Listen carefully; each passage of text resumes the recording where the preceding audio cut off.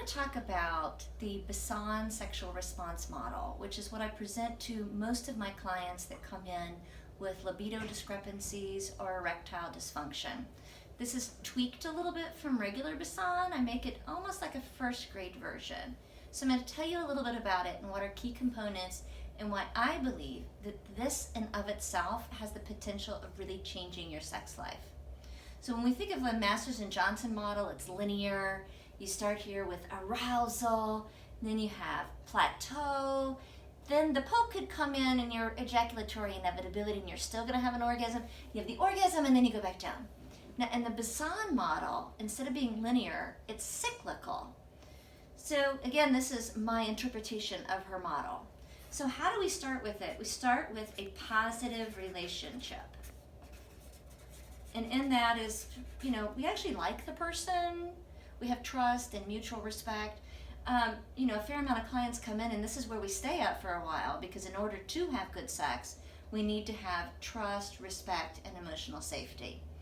So let's say you've already got that and you're still struggling in the bedroom.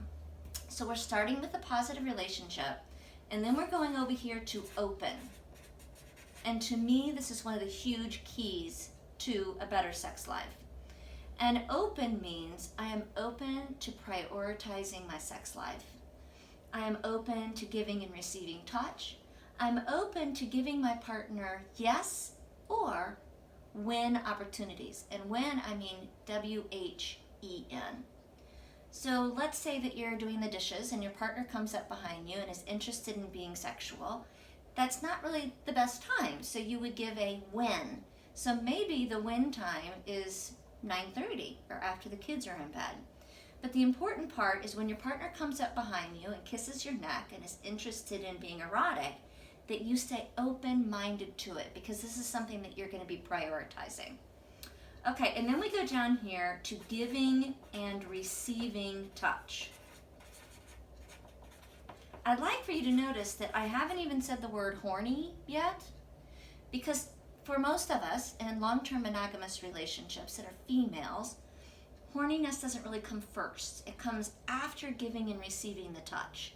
So again, we like who the partner is, we feel respected by them, we're open-minded to having regular erotic touch in our life, and then we start giving and receiving. And so we want you most of the time to have a positive arousal response. So not all of the time are you going to be totally turned on. So what about most of the time, this touch feels really good. And then we go here to desire. And this again is not the horniness piece. It is, I desire to continue this touch. I desire to pleasure my partner. And then we look at the physical and emotional satisfaction.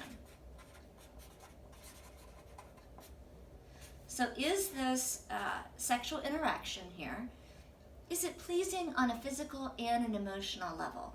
Because if so, that's what successful sex is.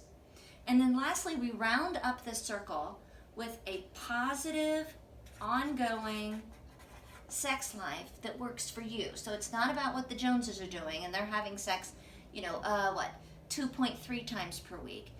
But it's what's the right fit for you and your partner. So it's an ongoing, regular sex life. And in here, you'll notice I don't have erections, intercourse, orgasm. I have a good relationship, open to prioritizing intimacy and eroticism in my life. That I'm giving and receiving touch. That there's a reciprocal piece here. That most of the time my body has arousal. And then I shift to desire the ongoing touch I'm receiving.